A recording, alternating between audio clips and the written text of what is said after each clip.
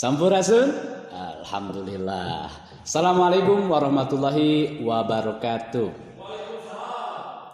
Alhamdulillahirabbil alamin wa bihi nasta'in wa la umru dunya waddin wa ala alihi wa sahbihi ajmain amma ba'du. Rabbi shrah li sadri wa yassir li amri wahlul 'uqdatam min lisani yafqahu qawli. Pertama-tama yang paling utama marilah kita panjatkan puji syukur kita ilahi Rabbi berkat karunia-Nya alhamdulillah. Melalui daring ini kita bisa melaksanakan interaksi walaupun jarak jauh. Baik siswa-siswi yang kami banggakan, ada hal yang perlu disampaikan berkaitan dengan kegiatan MPLS. Antara lain, baik, untuk materinya adalah para peserta MPLS yang Bapak banggakan tentang wawasan Wiyata Mandala. Arti dan makna yang pertama, mungkin ada 7 poin. Yang pertama adalah mengenai arti dan maknanya.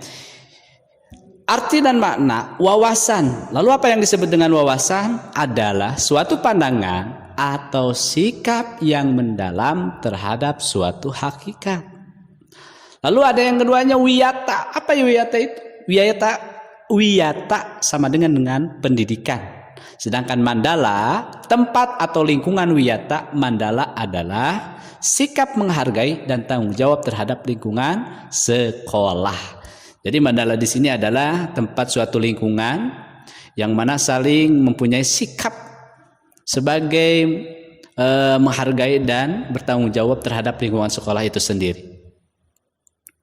Unsur-unsur wiyata mandala ada 5. Yang pertama adalah sekolah merupakan lingkungan pendidikan. Jelas yang namanya sekolah adalah tempatnya pendidikan, bukan selain dari pendidikan. Yang kedua, kepala sekolah mempunyai wewenang dan tanggung jawab penuh atas penyelenggaraan pendidikan dalam lingkungan sekolah. Jadi kepala sekolah lah yang paling utama, yang mempunyai wewenang dalam hal apapun itu, tanggung jawabnya penuh. Begitu ya. Nah, yang ketiga, unsur dari wiyata di sini adalah antara guru dan orang tua siswa harus saling pengertian.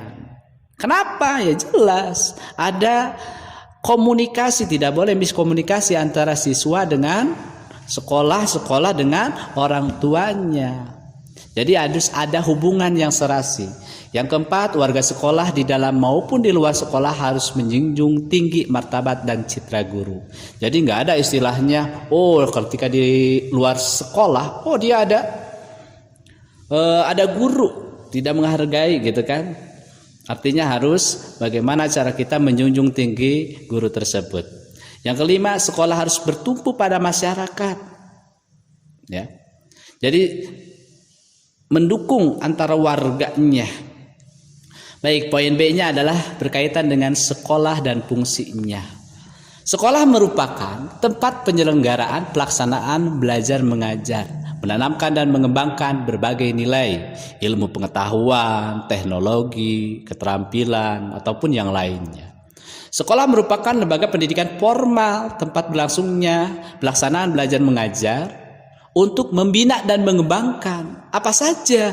Seperti ilmu pengetahuan dan teknologi, nanti kita ajarkan bagaimana cara berkaitan dengan PBM itu sendiri. Pandangan hidup, kepribadian, hubungan antara manusia dengan lingkungan, gitu kan?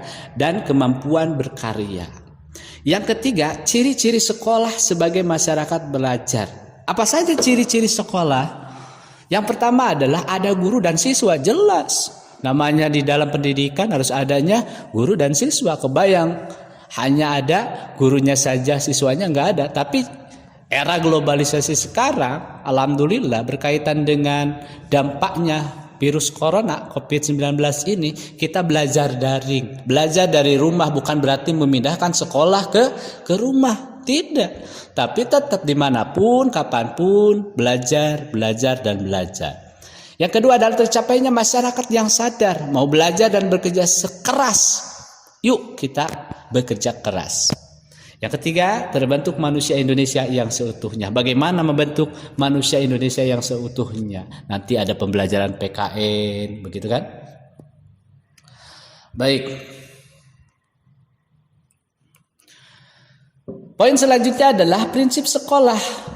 Nah, sekolah memiliki prinsip sebagai berikut. Yang pertama adalah sekolah sebagai wadah, di mana wadah di sini atau lembaga yang memberikan bekal hidup kita nantinya. Cita-cita kitanya untuk apa ke depannya.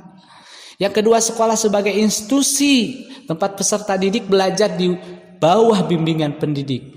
Jelas, tempatnya kita di sekolah untuk belajar lagi-lagi dan belajar. Yang ketiga, sekolah sebagai lembaga dan pelayanan yang adil. Selanjutnya adalah penggunaan sekolah. Apa saja penggunaan sekolah? Sekolah sebagai suatu lembaga pendidikan yang diperuntukkan sebagai tempat proses kegiatan belajar mengajar. Tidak diperbolehkan dijadikan sebagai tempat apa saja sekolah di sini.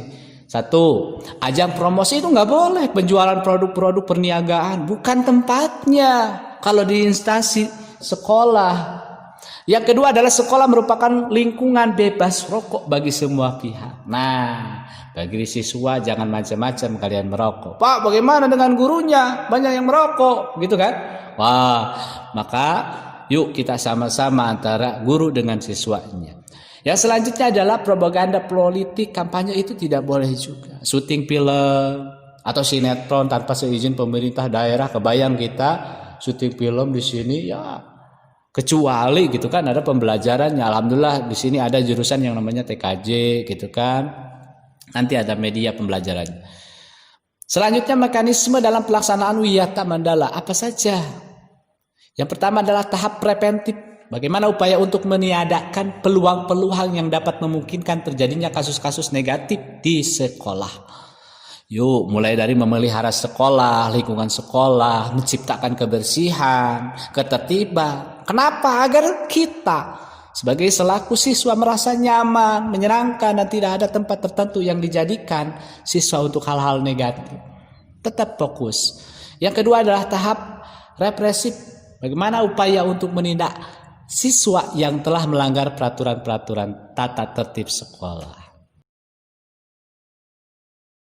Baik, untuk di akhir tugasnya adalah silakan membuat resume akhir dari pertama sampai akhir, kesimpulannya apa, lalu yang kedua apa yang bisa diambil dari paparan yang tadi disampaikan. Terima kasih. Assalamualaikum warahmatullahi wabarakatuh.